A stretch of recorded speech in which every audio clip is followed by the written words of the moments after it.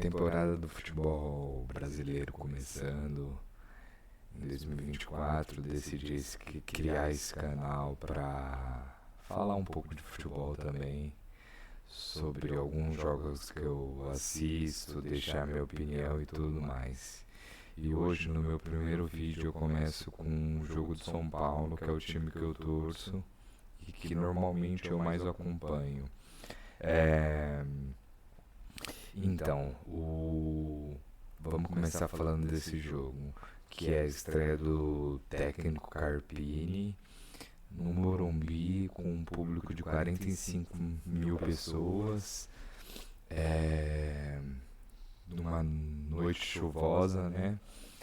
O jogo começa bem animado porque logo no segundo minuto há um pênalti em cima do Lucas Moura, que ele tenta aplicar uma jogada individual e puxar para o fundo, só que é aquilo, eu não achei pênalti. Talvez no futebol brasileiro seja pênalti, mas eu não achei o contato. Eu achei até que há um leve contato, mas não a ponto de o cara tentou dar um bote, acabou calçando o Lucas e tudo mais. Mas é aquilo do que a gente já está acostumado com o futebol brasileiro. Só estou deixando claro isso aqui para pontuar a minha opinião, né? Aí o Lucas pega a bola, é aquele dilema, 5, 6 minutos, não lembro bem, para o VAR decidir, analisar tudo, se houve impedimento ou não, tudo mais. O Lucas pega a bola e deixando claro que talvez de todos os jogadores em campo, eu acho que o Lucas é sim o cobrador ideal para o São Paulo. Caleri já teve sua oportunidade, o Luciano já teve sua oportunidade. Então, dos jogadores que estão em campo, eu acredito que o Lucas seria a melhor opção. Mas é aquilo, desde que já seja definido isso no vestiário, nos treinamentos e tudo mais. Não é aquilo, eu sofri, eu pego, eu tô brigando pela artilharia, eu vou pegar e vou bater. Não, e é futebol profissional, então tá decidido quem é melhor no treino, quem tem mais aproveitamento. Talvez se o Galo conseguir uma vaga nesse time, talvez ele possa ser esse cara que venha a se tornar o cobrador oficial do time, certo? Mas o Lucas pega, bate tranquilamente, abre o placar 1-0. E aquela chuva intensa, o Lucas ditando muito o ritmo do jogo, né? O São Paulo. Eu não consegui observar muita coisa do Carpini nesse jogo. Talvez um pouco seja o fato dos volantes descerem entre os zagueiros para ajudar na saída de bola. Com o Dorival era um pouco mais o Rafinha e o time balançava e ficava com 3 na saída de bola. Agora foram 3, porém era às vezes Alisson, às vezes Pablo Maia descendo para fazer essa saída. Não exatamente o Rafinha, né? Até porque o Rafinha não estava em campo. E por característica, o Igor Vinícius, que entrou no lugar dele, é um jogador muito mais de velocidade, atacar espaço e não de construção, propriamente como o Rafinha é. Gostei muito da saída de bola no primeiro tempo. É impressionante a evolução do Rafael. Se você analisar os jogos do ano passado, ele era nervoso, afobado, quando a bola vinha no pé dele, né? Hoje em dia ele já demonstra mais tranquilidade, ele olha, escolhe a melhor opção e assim dita o jogo. Já pontuando, no segundo tempo, comecinho do segundo tempo, o São Paulo foi um pouco ruim nessa saída de bola.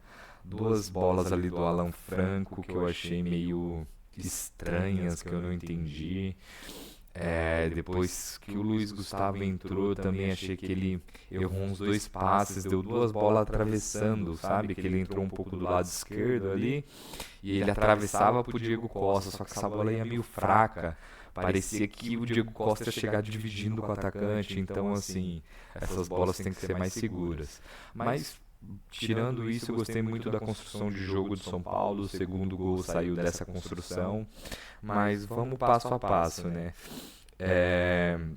Gostaria de falar também, um cara hoje que talvez não vai ser muito falado, mas a diferença que ele faz no time é o pivô do Caleri.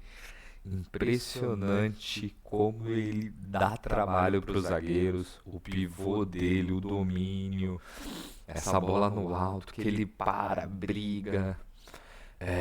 Ele ganhou todos os duelos em cima do Valse em São Paulo, né?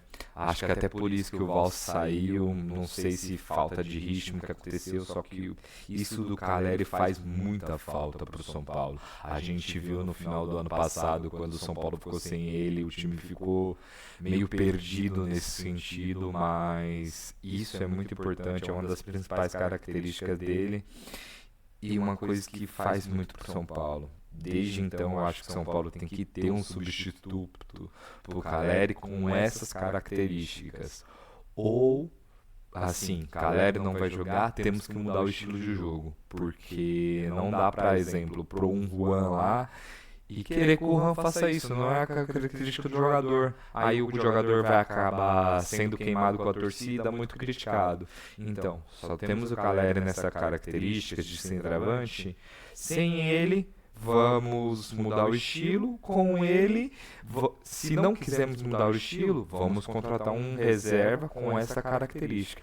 Porque isso desafoga muito São Paulo e cria muitas jogadas boas, principalmente agora com o Lucas atacando o espaço, os próprios laterais avançando. Eu acho muito importante. Uma coisa que eu não sei se é do Carpini, mas que eu achei, ele mandou o Luciano ficar um pouco mais segurando posição ali de segundo atacante, meio atacante, né? Não é aquele Luciano que vinha buscar a bola, às vezes até mais que os volantes, sabe? Mas foi um jogo ok do Luciano, fez gol, perdeu uma oportunidade boa, mas teve essa movimentação um pouco mais limitada no meio de campo. Ele não chegou a vir buscar muito e nem ficou muito afundado junto com o Caleri, né? Outra coisa que eu gostaria de destacar é o nosso gol, o gol sofrido defensivamente do São Paulo, né? Cara, é muito difícil porque é um acúmulo de erros. Primeiramente, quando saiu a escalação do São Paulo, eu imaginei o Lucas aberto. Eu não sabia se o Lucas ia conseguir acompanhar tanto a subida do lateral, que até pra mim foi o melhor jogador do time adversário, esse lateral. Um lateral direito que levanta a cabeça para fazer o cruzamento. Ele fez umas 3 jogadas dessas de fundo que claramente ele levantou e buscou o melhor passe. E isso foi o gol.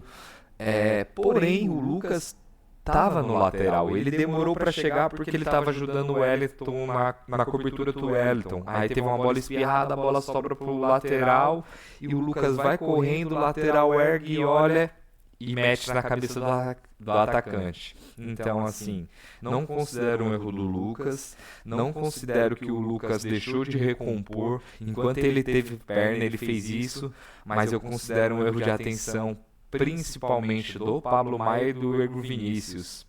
E logo depois, após esses 2 erros desses jogadores, tem o erro do Diego Costa. Mas vamos por parte. Diego Costa está acompanhando o centroavante deles, o jogador mais alto. E nessa vem o ponta esquerda deles, o jogador que estava jogando mais aberto do lado esquerdo. Ele vem atacando pelas costas do Igor Vinícius, só que o Igor Vinícius não vê, falta de atenção. E nessa, o jogador poderia estar olhando e ditando o jogo, porque o futebol é falado, o futebol tem que ser falado. É nessa hora que a defesa se acerta. Entendeu? Talvez faltou o Pablo Maia falar: olha as costas, acompanha algo desse jeito para chamar a atenção. Ou ele mesmo ia acompanhar, ele tinha tempo para isso. Porque o jogador saiu das costas do Igor Vinícius, passou entre o Igor Vinícius, o Pablo Maia, o Diego Costa, atacou a bola e fez o gol. O que acontece? O erro do Diego Costa aí, pra mim, na minha opinião, é o fato que ele vai acompanhar o centroavante e quando ele vê o atacante passando, ele não tenta encostar no corpo. Eu não sei se ele já, quando ele percebeu isso, o atacante já estava longe, não sei.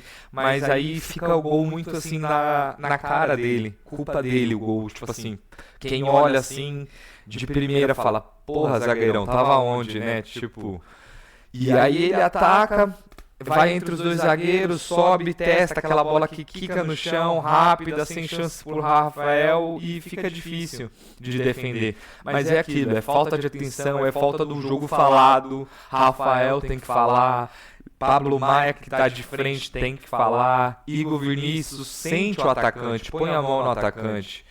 Tem que sentir essa movimentação. Não pode ficar só olhando a bola. Senão acontecem esses erros. E poderia complicar muito mais o jogo do São Paulo.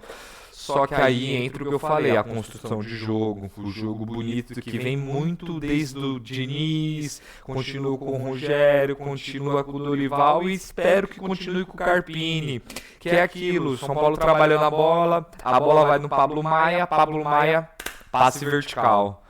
Esse passe vertical aciona o que? O Lucas que sai da ponta, ele tá caindo pelo meio para liberar espaço pro Wellington. O Lucas domina a bola daquele jeito objetivo do Lucas, girando e olhando o que vai fazer, se vai driblar algo assim, o que ele faz? Ele vê a movimentação do Luciano e dá um passe também. 2 passes verticais seguidos, chegou no pé do Luciano, que é um ótimo finalizador de média e longa distância. O Luciano enche o pé, faz o gol. O São Paulo conseguiu abrir 2-1, o que é ótimo, porque o jogo estava começando a se tornar pesado, o Santo André achando os espaços, São Paulo controlava o jogo com a bola, né, mas assim, não estava tendo chance clara. Tanto que o primeiro gol foi o de pênalti e assim, teve aquela bola do Luciano, que foi a chance mais clara, que foi uma triangulação, né? Que foi aquilo que eu vi o Hernandes falando, que é o drible coletivo, né? Que é o driblar tocando. E é o que o time do São Paulo conseguiu. Jogou no Caleri fez o pivô, tocou no Luciano, ou tocou no Wellington Rato, de primeira pro Luciano chapa errado pra fora. Mas então... E teve esse lance da construção vertical, que é muito objetiva, que é o que faltava no time do Diniz, que é o que o Rogério implementou um pouco mais e o Dorival conseguiu acrescentar isso ao jogo do São Paulo. Também conseguiu manter, né? Porque o do Rogério era muito mais na lateral era um jogo mais vertical, mais pelo lado do campo. O Dorival acrescentou isso mais por dentro, com o Nestor, com o Rato e agora o Carpini, né, que entrou.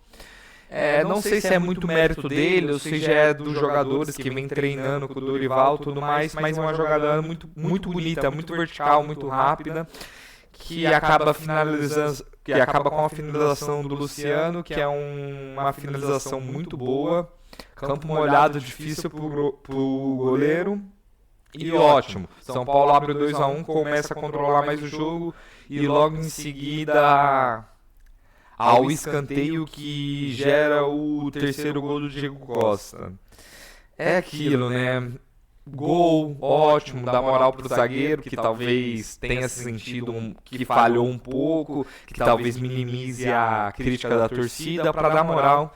Só que é um gol muito varziano, né?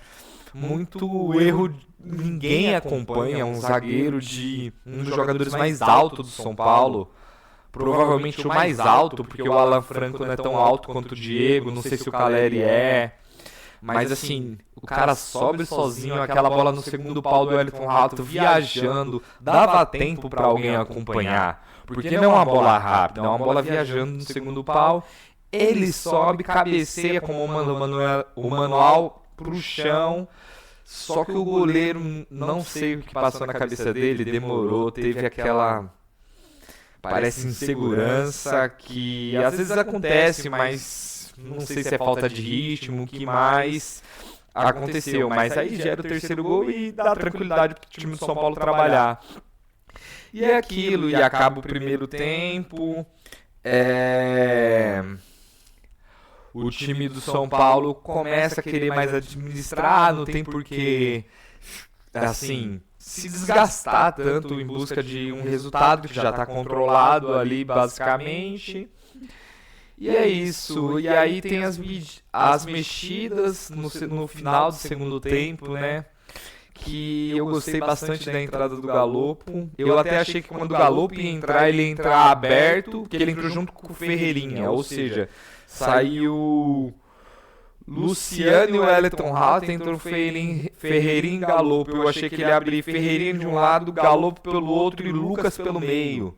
Mas não, ele pôs o Galopo no meio e inverteu o Lucas de lado para deixar o Ferreirinha com o pé bom onde ele é acostumado a jogar, que é na ponta esquerda. E o Galopo, os primeiros 5 minutos, não tocou na bola, não conseguiu, só que aí depois ele tentou descer um pouco mais e aí conseguiu ditar um pouco o jogo. Achou um bom passe pro Ferreirinha, um ótimo passe, um passe de, assim, extrema qualidade. O Eric também, quando entrou, achou um bom passe pro Caleri, que tentou rolar para trás pro Ferreirinha, só que foi travado, né? Gostei muito da entrada do Eric também. Do Ferreirinha, assim, entrou com muita vontade, só que muitos erros técnicos ainda. Só que é aquilo. O São Paulo tem o time dos últimos anos, o elenco dos últimos anos, com mais características diferentes. Isso é ótimo para o treinador. Por exemplo, o Wellington Rato. É um meia direita, ponta direita, que puxa mais por dentro, mas não é um cara de velocidade, é um cara mais controlador de jogo, mais pifador, chute meia distância, longa distância. Aí agora já tem quem? O Eric, que é um cara ataca mais espaço, mais velocidade, mais 1 contra 1. E assim vai, é bom o time ter essas características diferentes para conseguir dar variação pro técnico e porque vai enfrentar diferentes estilos de jogos, de times montados, então vai precisar de características diferentes. É aquilo. O jogador, não é que o jogador seja ruim, o jogador é ruim para esse estilo de jogo, para esse momento de jogo, certo? Para mim, o melhor do jogo, Lucas, claramente, muito acima dos outros. Espero que o São Paulo tenha esse cuidado com ele, porque ano passado não teve. O jogador entrou, ele era muito diferente, muito acima dos outros, só que o que aconteceu? O São Paulo colocava ele todo jogo. O que acontece?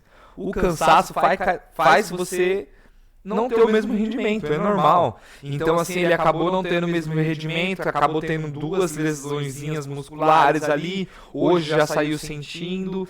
Espero que o São Paulo tenha controle e saiba dosar muito bem esse tempo do atleta, para que ele desenvolva bastante. E nos jogos mais importantes ele esteja pronto e preparado para desempenhar o seu melhor, que é esse. A gente sabe o que o Lucas é capaz de entregar, e é isso. É essa girada rápida, de tal risco, drible de futsal. O Lucas tem muito drible de futsal, esse drible curto, com tapa na frente. Ele é ótimo nisso e espero que continue. Só que é aquilo. Vai pegar Mirassol, Lucas, vai pegar Botafogo, por exemplo. Botafogo tá no grupo, né, do São Paulo, mas vai enfrentar todo jogo? Não. A prioridade é o quê? Na minha opinião, a prioridade do São Paulo agora é o jogo contra o Palmeiras da Supercopa. Então vamos dar ritmo para os jogadores e, ao mesmo tempo, descansar, fazer uma boa recuperação, entendeu? Até porque temos bastante peças ali na frente, dá para mesclar bem. Talvez zagueiros agora a gente esteja um pouco limitados. Laterais, tenha que forçar um pouco mais porque não tem muitos, mas de resto, linha da frente, ali temos bastante jogadores de qualidade que dá para mesclar e testar todo mundo. Que mais? O Wellington jogou bem, porém ele tem que levantar um pouco mais a cabeça pra... Quando ele chega no fundo, ele só chega e manda pra área, ele não... Ele ergue pouco a cabeça pra olhar assim e dar aquele famoso passe, que é tipo assim, não é cruzou de qualquer jeito, ele colocou na cabeça do Caleri, por exemplo. Falta um pouco disso pra ele. Pior do jogo pra mim, Igor Vinícius, que jogou o jogo inteiro. Não é que foi mal, mas sem ritmo, atacou pouco espaço, não foi muito no fundo. Não sei se foi porque o Wellington Rato jogou muito aberto e não deu esse espaço pra ele. Não sei se foi pedido do Carpini, mas enfim, Luiz Gustavo entrou bem. Errou esses passes que eu te falei no final do jogo ali, tentando, mas ele tentou fazer uma saída. E em vez dele descer entre os dois zagueiros, ele descia do lado e jogava o Alan Franco pro meio. Então eles faziam uma saída de 3 ali.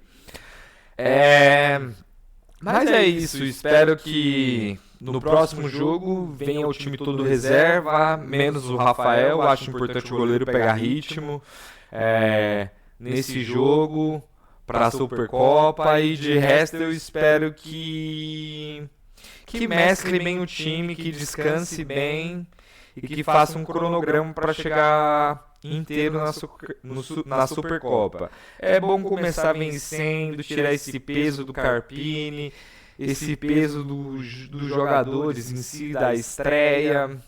É bom os reforços terem estreado, já sentiu o clima do Morumbi. E é aquilo, torcer pra torcida continuar jogando junto e apoiando o time para que o São Paulo consiga os melhores resultados possíveis. Essa foi minha análise de jogo. Sobre o jogo São Paulo 3, Santo André 1. Tô começando o canal, espero da força de vocês, que deixem um like, se inscrevam aí e comente, deixe sugestões, tudo mais. Mais pra frente eu vou fazer um vídeo explicando por que eu criei esse canal, tudo mais. Atualmente moro na Austrália, então aqui não tenho muito com quem falar sobre o futebol. Então foi basicamente para isso, né? Para ter esse retorno, conversar sobre futebol, uma coisa que eu sou extremamente viciado. E espero que a gente consiga trocar essa ideia aí, tá? Essa foi minha análise, espero que vocês tenham entendido os pontos que eu coloquei aqui. Eu ia abrir o SofaScore e falar um pouco mais, só que eu acho que eu consegui pontuar boas coisas e não quero ficar essa coisa amassante de ficar jogando dados. Isso é mais uma coisa falada e assistida do que a gente vê e sente no momento do jogo, né? Mas tá bom, galera, valeu, abração, boa semana pra vocês, tamo junto.